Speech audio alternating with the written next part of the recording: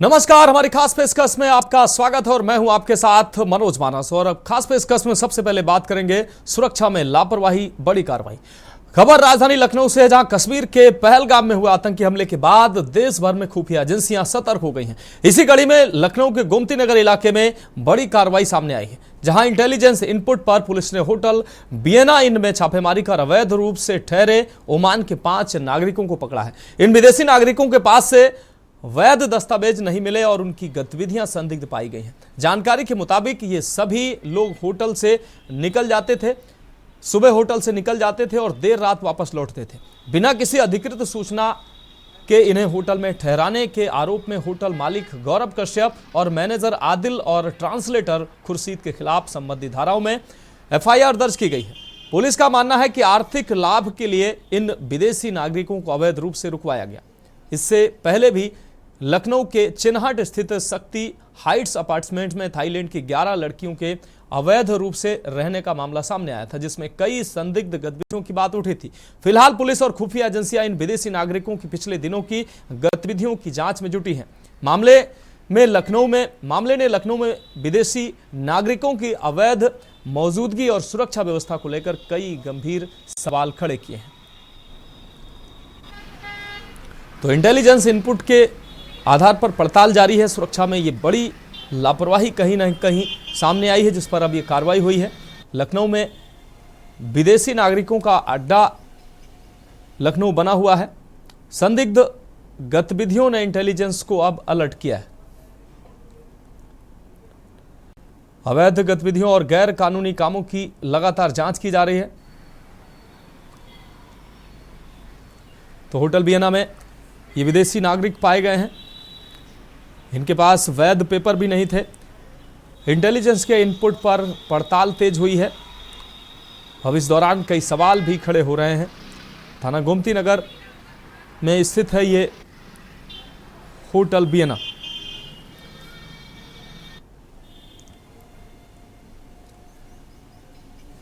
तो संदिग्ध गतिविधियों ने इंटेलिजेंस को भी अलर्ट कर दिया है। अवैध गतिविधियों और गैर कानूनी कामों की लगातार जांच की जा रही है और ये 5 अवैध जो विदेशी नागरिक मिले हैं, इनके पास कोई वैध दस्तावेज नहीं थे और संदिग्ध अवस्था में ये होटल में मिले हैं। ये सुबह होटल से निकल जाते थे, जबकि देर रात ये होटल में पहुंचते थे। अब इस दौरान होटल के कर्मचारियों से भी पूछताछ की जा रही है। ट्रांसलेटर को पुलिस ने हिरासत में लिया है और जो मैनेजर हैं उनसे लगातार पूछताछ जारी है।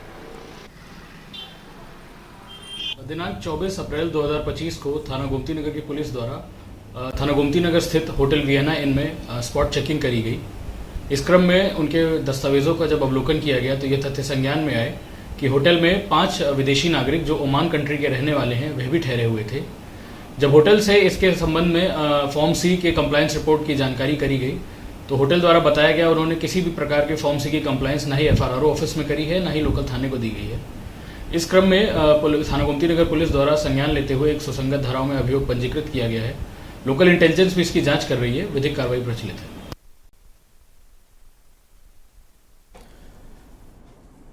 और अब हम बात करेंगे योगी को उलाहना सियासी तराना। उत्तर प्रदेश में पिछले दिनों बाबा साहब भीमराव अम्बेडकर की मूर्ति क्षतिग्रस्त करने और दलित समुदायों की बारात में सवर्णों द्वारा पथराव और मारपीट की कथित घटनाओं का संज्ञान लेते हुए बसपा सुप्रीमो और पूर्व मुख्यमंत्री मायावती ने सीएम योगी आदित्यनाथ को नसीहत दी है। मायावती ने सोशल मीडिया प्लेटफॉर्म एक्स पर पोस्ट करते हुए कहा कि यूपी में दलितों पर हो रहे जुल्म ज्यादती पर राज्य सरकार तुरंत रोक लगाए। दलित समुदायों की बारात में हमला, प्रतिमाओं का अनादर न हो। जातिवाद और सांप्रदायिकता पर बोलते हुए मायावती ने लिखा कि राज्य सरकार जातिवाद और सांप्रदायिकता पर रोक लगाए। मायावती ने पहलगाम हमले के बारे में लिखा कि ऐसे समय में जब देश की सीमाओं पर व आतंकी घटनाओं आदि को लेकर आंतरिक सुरक्षा को भारी चुनौतियां बनी हुई हैं, ऐसे में राज्य सरकार को असामाजिक एवं आपराधिक तत्वों को समाज में जातिवादी व सांप्रदायिक द्वेष, उत्तेजना, तनाव व हिंसा फैलाने की प्रवृत्ति घटनाओं पर सख्ती से रोक लगाना चाहिए। तो मायावती ने मुख्यमंत्री को नसीहत दी है, उलाहना दिया है, जिसमें उन्होंने दलितों की बात कही है। उन्होंने कहा है कि दलितों का उत्पीड़न किसी भी कीमत पर ना हो। दलितों की बारात शादी में जो घटनाएं सामने आती हैं वो घटनाएं निश्चित रूप से चिंतनीय हैं। सरकार दोषियों के विरुद्ध सख्त कार्रवाई करे, अपराध नियंत्रण हेतु प्रभावी कदम भी उठाए। उन्होंने कहा कि ऐसे समय में जब देश की सीमाओं पर आतंकी घटनाएं हो रही हैं, ऐसे में देश में आंतरिक सुरक्षा को भारी चुनौतियां हैं। राज्य सरकार को असामाजिक एवं सुरक्षा को भारी चुनौतियों का सामना करना पड़ रहा है। असामाजिक व आपराधिक तत्वों को समाज में जातिवादी व सांप्रदायिक द्वेष, उत्तेजना, तनाव व फैलाने की प्रवृत्ति पर रोक लगाई जानी चाहिए।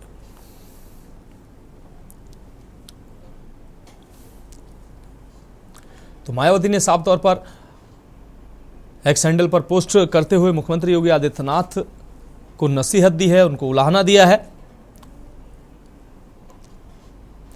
यूपी में दलितों पर जुल्म ज्यादती पर रोक लगे, मायावती ने यह बात कही। दलितों की बारात पर हमला व प्रतिमाओं का अनादर ना हो।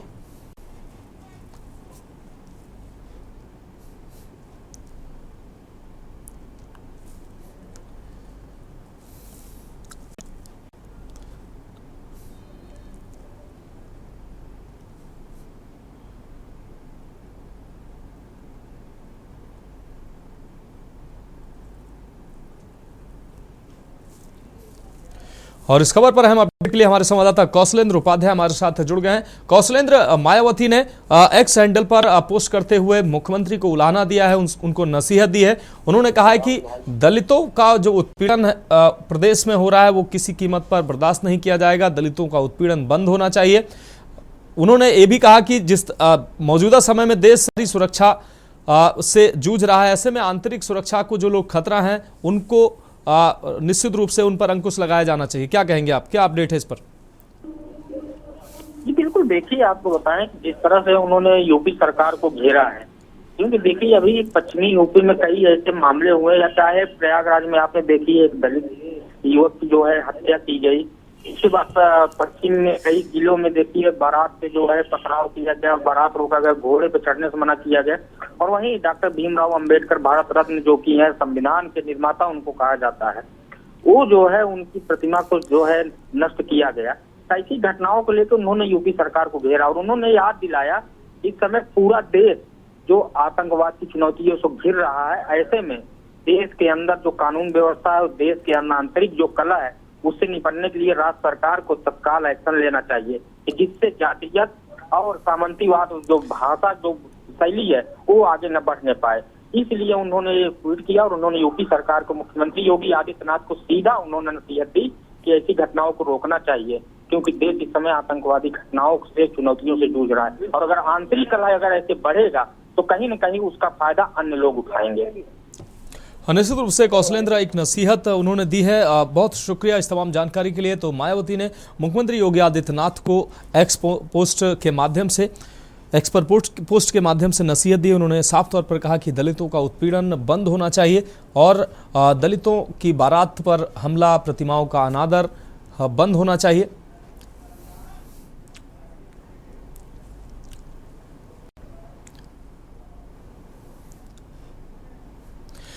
और अगली अहम खबर की हम बात करेंगे, लग्न फलदान फायरिंग से गई जान। भिंड में पुलिस प्रशासन की तमाम कोशिशों के बाद भी हर्ष फायरिंग का सिलसिला थमने का नाम नहीं ले रहा है। बरौली थाना क्षेत्र के बरकेपुरा गांव में एक लगन फलदान के कार्यक्रम में जमकर हर्ष फायरिंग हुई। इस फायरिंग में गोली लगने से दुल्हन के ममेरे भाई सरपंच के बेटे की गोली लगने से मौत हो गई, जबकि एक अन्य युवक गंभीर रूप से घायल हो गया। घटना के बाद गाँव में मातम पसरा हुआ है। दरअसल अमायन थाना क्षेत्र के अडोखर गाँव के रहने वाले विश्राम सिंह चौहान की बेटी की शादी बरौली थाना क्षेत्र के बरकेपुरा गांव के रहने वाले राजेंद्र सिंह के बेटे से होनी थी। 25 अप्रैल गुरुवार को लगन फलदान का कार्यक्रम था, जिसमें दुल्हन का ममेरा भाई प्रियांशु अपने दोस्त दिलीप बघेल के साथ बरकेपुरा गांव कार्यक्रम में पहुंचा था, जहां लगन चढ़ रही थी। उसी दौरान दूल्हे के आधा दर्जन से अधिक दोस्तों ने मिलकर हर्ष फायरिंग शुरू कर दी, जिसमें 1 दर्जन से अधिक गोलियां चली। इस दौरान कुर्सी पर अपने दोस्त के साथ बैठा 16 साल का नाबालिग प्रियांशु और उसका दोस्त दिलीप बघेल घायल हो गया। गोली लगने से घटनास्थल पर ही मौत हो गई प्रियांशु की और घटना के बाद अफरा तफरी मच गई। घायलों को जिला अस्पताल में भर्ती कराया गया। जहां प्रियांशु को डॉक्टरों ने मृत घोषित कर दिया, जबकि दिलीप बघेल को गंभीर हालत में ग्वालियर रेफर कर दिया है। सूचना मिलते ही पुलिस घटनास्थल पर पहुंची, घटनास्थल का मौका मुआयना किया, आरोपियों के खिलाफ मामला दर्ज कर लिया है। साथ ही पुलिस आरोपियों की तलाश में जुट गई है। बताया जा रहा है कि मामले में आरोपी दूल्हे पक्ष के लोगों ने कुछ भी कहने से इनकार कर दिया।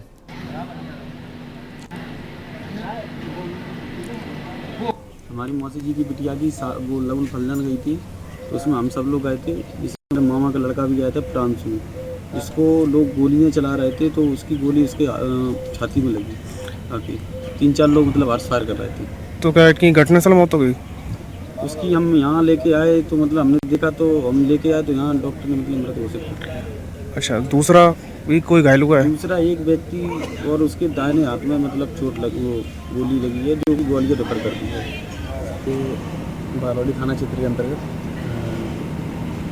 एक बरकापुरा गांव है, वहाँ पे एक लगन फलदान आया था। उसमें कुछ लोगों के द्वारा हर्ष फायर किया गया, जिसमें एक व्यक्ति को गोली लगने से उसकी मृत्यु हो गई और एक व्यक्ति है।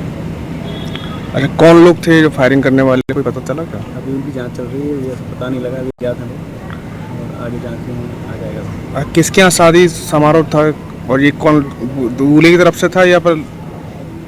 ये अभी तक की जांच में पता लगा है कि ये लड़की पक्ष की तरफ के लड़के हैं जिनको गोली लगी, और वो सारे लोग जो भी गोली चला रहे थे वो पूरे इनके आपस में रिश्तेदारी हैं। इस खबर पर हम अपडेट के लिए हमारे संवाददाता योगेश चौधरी हमारे साथ जुड़ गए हैं। योगेश, भिंड प्रशासन, पुलिस प्रशासन के तमाम दावों और तमाम प्रयासों के बावजूद भी हर्ष फायरिंग रुकने का नाम नहीं ले रही है। ये नया मामला सामने आया है जहां एक व्यक्ति की, एक नाबालिग की मौत हुई है, जबकि एक दूसरा घायल हुआ है। लगन फलदान कार्यक्रम में ये हादसा हुआ है, क्या कुछ अहम अपडेट है? देखिए, मैं आपको बताता हूँ, जिस तरह से पुलिस प्रशासन की जो दावों की पोल खुलती हुई जो खबर है जो सामने आई है, जिस तरह से जो पुलिस प्रशासन ने दावे किए थे कि जो हर्ष फायरिंग पर रोक लगाई जाए, लेकिन हर्ष फायरिंग खत्म होने का नाम नहीं ले रही है। शादी समारोह में जो लोग हैं हथियार लेकर जाते हैं और हर्ष फायरिंग करते हैं, उसकी घटनाएं लगातार सामने आती रहती हैं। ये जो मामला है बारौली के बरकापुरा गाँव का जो पूरा मामला है, लगन फलदान में कार्यक्रम चल रहा था, उसमें दुल्हन पक्ष की जो लोग हैं उसमें फलदान चढ़ाने का फलदान चढ़ रहा था।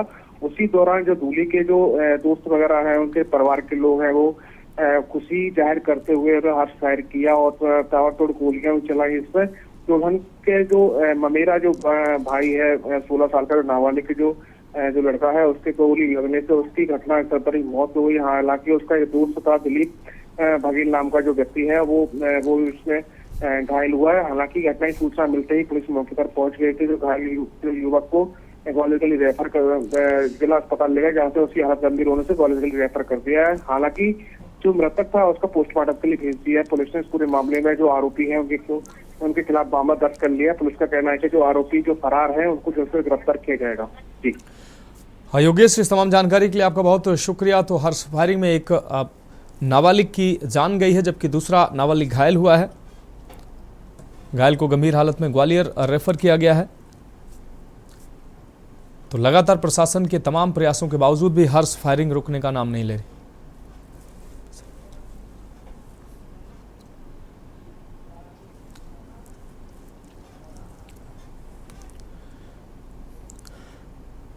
तो हमारी खास पेशकश में वक्त एक ब्रेक का है और ब्रेक के बाद हम बात करेंगे बारूदी धमाका, बड़ा हादसा। आप देख रहे हैं के न्यूज, खबरों का सारथी। तो ब्रेक के बाद हमारी खास पेशकश में एक बार फिर से आपका स्वागत। हम बात कर रहे हैं बारूदी धमाका, बड़ा हादसा। सहारनपुर के देवबंद में एक पटाखा फैक्ट्री में विस्फोट से बड़ा हादसा हो गया। विस्फोट के बाद फैक्ट्री की पूरी बिल्डिंग ध्वस्त हो गई है। बताया जा रहा है कि विस्फोट के वक्त फैक्ट्री में 9 कर्मचारी काम कर रहे थे। विस्फोट में कई लोगों के चीथड़े उड़ गए। जिला प्रशासन के मुताबिक ब्लास्ट से हुए हादसे में अभी तक 3 श्रमिकों के मारे जाने की आशंका है। मामला निहाल खेड़ी गांव का है। पटाखा फैक्ट्री में विस्फोट इतना तेज था कि उसकी आवाज 2 किलोमीटर दूर तक सुनाई दी। हादसा इतना भीषण था कि कुछ लोगों के चीथड़े घटनास्थल के 200 मीटर करीब दूर जाकर बिखरे हुए थे। एक व्यक्ति के हाथ का पंजा काफी दूर कटा हुआ मिला। फैक्ट्री के इलाके को सील कर दिया गया है और रेस्क्यू अभियान चलाया जा रहा है। इस घटना के बाद स्थानीय लोगों ने रोड जाम कर नारेबाजी शुरू कर दी। बताया जा रहा है कि जिस फैक्ट्री में विस्फोट हुआ वह अवैध रूप से चलाई जा रही थी। हालांकि जिला प्रशासन ने फैक्ट्री के अवैध होने की पुष्टि नहीं की है।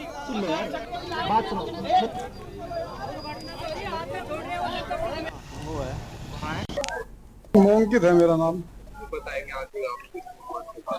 हाँ, एक फैक्ट्री है यहाँ पे जो पटाखे की फैक्ट्री है, लेकिन अगर पटाखे की फैक्ट्री अगर इसे कही जाए तो ऐसी तो सैकड़ों फैक्ट्री पूरे सहारनपुर के अंदर, पूरे प्रदेश के अंदर है, लेकिन इतना बड़ा धमाका इससे पहले ना तो हमने कभी देखा ना सुना।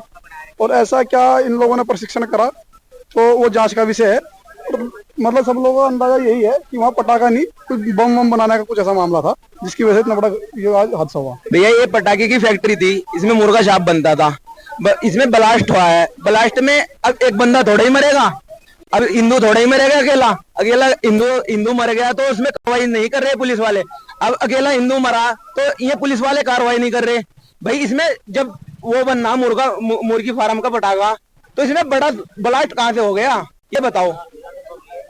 ये सुबह लगभग 6:30 के आसपास की ये घटना है और यहाँ पर एक लाइसेंसी पटाखों की फैक्ट्री चल रही थी देवबंद थाने में, जड़ोदा जट गांव में। और यहाँ पर जैसे ये सूचना मिली तत्काल यहाँ पुलिस और प्रशासन के लोग आए।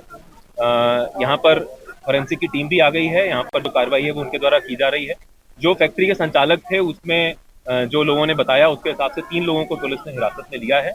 और जो यहाँ पे लोग हैं, परिवार के जन हैं, आसपास के कुछ गांव के लोग हैं, उनमें थोड़ा सा आक्रोश है, उनसे बातचीत करते हैं। और इस खबर पर हम अपडेट के लिए हमारे संवाददाता काशिफ खान हमारे साथ जुड़ गए हैं। काशिफ, ये बड़ा विस्फोट की घटना सामने आई है, 3 लोगों की मौत की अभी तक आशंका जताई जा रही है। कैसे घटित हुई है ये घटना? ये फैक्ट्री क्या अवैध थी? जी बिल्कुल मनोज, मैं आपको बता दूं फैक्ट्री तो अवैध नहीं कही जा सकती, क्योंकि जिला प्रशासन ने जो जानकारी दी है, जिलाधिकारी ने उन्होंने बताया है कि लाइसेंसी फैक्ट्री थी और लाइसेंसी फैक्ट्री में ये विस्फोटक पदार्थ जो है वो बनाने का काम इसमें किया जा रहा है। लगभग 9 से 10 लोग इसमें बताए जा रहे हैं जो वहाँ के निवासी हैं उनके द्वारा कि यहाँ पर लोग काम करते थे, लेकिन अभी तक 3 की बॉडी जो है वो मिल पाई है वहां से, जिनमें 2 मृतकों की जो है वो पहचान हुई है, जिनमें राहुल उर्फ काका और विकास जो है वो मृतक हैं। फतेहपुर क्षेत्र के ये लोग रहने वाले हैं, जहाँ तक अभी जानकारी अभी मिल पाई है स्थानीय लोगों से। कहीं ना कहीं एक बड़ा हादसा है और इस हादसे ने एक विकराल रूप उस समय धारण किया जब ये विस्फोट होने के बाद इमारत जो है वो ढह गई और जो वहां पर काम करने वाले लोग थे उनके जो मानव अवशेष हैं उनके शीतके जो है 100 मीटर तक दिखाई दिए। लोगों ने वहां से इकट्ठे किए, पुलिस ने वहां से इकट्ठे किए और अब उनका पोस्टमार्टम जो है वो कराया जा रहा है। आगे की इसमें जो कार्रवाई है वो की जा रही है। जो मालिक है इसके बताए जा रहे हैं उन्हें हिरासत में ले लिया गया है और उनसे भी पूछताछ की जा रही है, किस तरह का विस्फोटक ये लोग बनाते थे, कितनी क्षमता का विस्फोटक ये लोग बनाते थे, वो सारी जानकारी ली जा रही है। जी काशिफ, इस तमाम जानकारी के लिए आपका बहुत शुक्रिया। तो 3 लोगों की मौत की आशंका जताई जा रही है और फिलहाल फैक्ट्री में उस वक्त 9 लोग काम कर रहे थे, ऐसा बताया जा रहा है। प्रशासन 3 लोगों की मौत की पुष्टि प्रशासन ने किया है। तो बारूदी धमाके से बड़ा हादसा हुआ है। और अब हम बात कर रहे हैं भूमाफियाओं पर शिकंजा, प्रशासन का डंडा। फर्रुखाबाद में अवैध भूमाफियाओं के खिलाफ प्रशासन की बड़ी कार्रवाई जारी है। अब तक लगभग 100 बीघा जमीन पर प्रशासन ने कब्जा मुक्त करा लिया है इस जमीन को, जिसे बिना लेआउट पास कराए अवैध कॉलोनियों में तब्दील कर दिया गया था। इस कार्रवाई में प्रशासन ने साबित कर दिया कि वह भूमाफियाओं के खिलाफ सख्त है। जिलाधिकारी आशुतोष द्विवेदी, नगर मजिस्ट्रेट संजय कुमार बंसल के नेतृत्व में यह अभियान तेजी से चल रहा है, जिससे भूमाफियाओं में भय का माहौल बना हुआ है। इस दौरान कई पार्क और कृषि भूमि को भी अवैध कॉलोनी में बदल दिया गया था, जहां करोड़ों रुपए का सौदा किया गया। अभी तक फर्जी नक्शे पास करने वाले अधिकारियों पर कोई कार्रवाई नहीं की गई है, लेकिन अब प्रशासन ने ऐसे अधिकारियों के खिलाफ भी जांच शुरू करने का निर्णय लिया है, जिन्होंने बिना लेआउट पास किए अवैध नक्शे पास कर दिए। जिलाधिकारी ने स्पष्ट किया है कि जो भी गलत काम करेगा उसे छोड़ा नहीं जाएगा।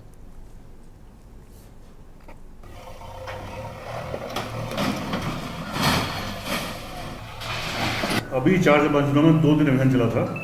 उसमें दोनों दिन लगभग 28 से 30 बीघे और 28 से 30 बीघे यानी करीब 60 बीघे जमीन जो है वो कराई गई है, जो कि अवैध प्लॉटिंग से घेर दी गई थी। इन जमीनों का जो लैंड यूज है वो महायोजना के अनुसार पार्क है या खुले स्थान है, यानी कि यहाँ लेआउट भी पास नहीं हो सकता है। तो इस तरीके से भोले वाले लोगों को अवैध प्लॉटिंग करके कॉलोनाइजर्स द्वारा बेवकूफ़ बनाया जा रहा है। ऐसे प्लॉट्स जहाँ नक्शा ही पास नहीं हो सकता तो बेचे जा रहे हैं और लोग बहुत परेशान हो गए हैं। इसलिए अभियान लगातार चल रहा है।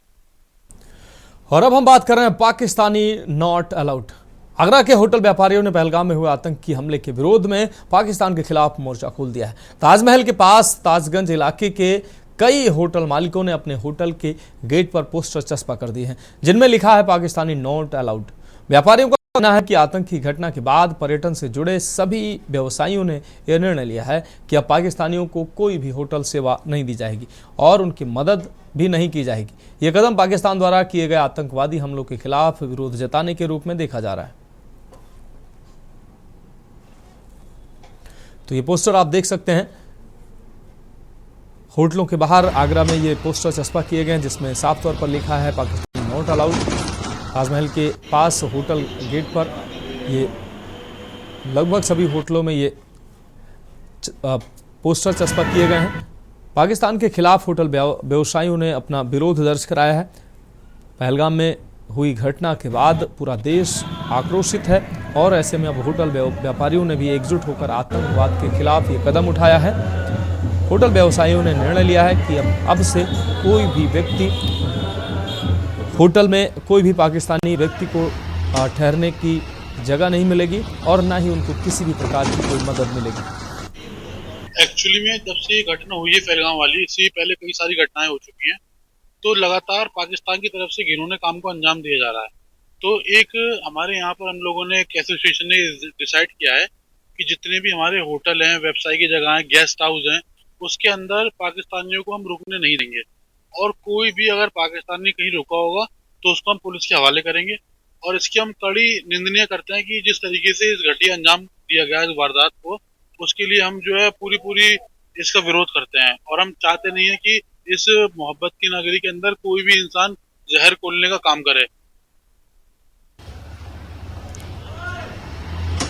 पाकिस्तान के खिलाफ होटल व्यापारियों का विरोध साफ तौर पर देखने को मिला है। आगरा के होटल व्यापारियों ने साफ तौर पर यह संदेश देने का प्रयास किया है कि देश ऐसे समय पर एकजुट है और पाकिस्तानी पर्यटकों को, पाकिस्तानी नागरिकों को आगरा में फिलहाल किसी भी होटल में रुकने ठहरने की कोई जगह नहीं मिलेगी, ना ही उनको किसी प्रकार की कोई मदद दी जाएगी। साफ तौर पर उन्होंने लिख रखा है पाकिस्तानी नॉट अलाउड।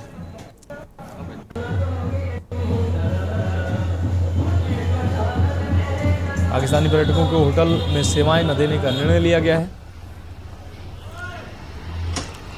और इस खबर पर अहम अपडेट के लिए हमारे संवाददाता अजेंद्र चौहान हमारे साथ आगरा से जुड़ गए हैं। अजेंद्र, आप पहलगाम की घटना के बाद एक तरफ पूरा देश आक्रोशित है और अपने अपने तरीके से इस घटना का विरोध दर्ज करा रहा है, वहीं आगरा के होटल व्यापारियों ने भी एकजुटता का संदेश दिया है। सभी होटल व्यवसायियों ने होटल के बाहर, गेट के बाहर एक नोटिस चस्पा की है, एक पोस्टर चस्पा किया है जिसमें साफ तौर पर लिखा हुआ है पाकिस्तानी नॉट अलाउड। और उनका साफ तौर पर कहना है कि अब पाकिस्तानियों को किसी प्रकार की कोई सेवाएं नहीं दी जाएंगी, ना उनकी कोई मदद की जाएगी। क्या कहेंगे? देखिए मनोज, पहलगाम के आतंकी हमले के बाद पूरे देश में आक्रोश है और उसके चलते हैं विश्व धरोहर ताजमहल यहाँ पर है, पर्यटक यहाँ पर आते हैं और पाकिस्तान के कुछ एक पर्यटक यहाँ पर जरूर आते थे। लेकिन अब जो जिस तरह से पहलगाम का हमला हुआ है उसके बाद यहाँ होटल जो व्यवसायी हैं, चाहे वो किसी भी धर्म पर हो, हिंदू मुस्लिम सभी एक यहाँ होते दिखाई दिए हैं और साफ तौर से उन्होंने अपने अपने होटल के बाहर एक पेपर लगाया है, उस पर साफ लिखा हुआ है कि पाकिस्तानी नॉट अलाउड। तो पाकिस्तान के आने वाले पर्यटकों को यहाँ रूम नहीं दिया जाएगा। हालांकि अभी तो जैसे भी भविष्य में भी अगर आएंगे तो उसके लिए भी यहाँ पर साफ यहाँ मना किया गया है और ये एकजुटता का संदेश है। मनोज, जिस तरह से यहाँ एकजुटता दिखाई दे रही है उसके अंदर जरूर एक चीज देखी गई कि लोगों में आक्रोश है और हिंदुस्तान के हर एक नागरिक के मन में इस बात का आक्रोश देखा जा रहा है और इसी के चलते यहाँ पर होटल व्यवसायियों ने भी एकजुटता दिखाई है और पाकिस्तानी पर्यटकों के लिए होटल नहीं दिया जाएगा, ये साफ तौर से लिखा भी गया है और ये संकेत भी है कि यहाँ पर एकजुटता है। जी, निश्चित रूप से इस तमाम जानकारी के लिए आपका बहुत शुक्रिया अजेंद्र चौहान। तो होटल व्यवसायियों ने आगरा में एकजुटता का प्रदर्शन किया है और साफ तौर पर उन्होंने ये नोटिस चस्पा कर रखा है कि होटलों में पाकिस्तानियों को ना कोई सेवाएं दी जाएंगी, ना उनको कोई सहयोग दिया जाएगा। पहलगाम अटैक के बाद ये होटल व्यवसायियों के द्वारा ये अहम निर्णय लिया गया।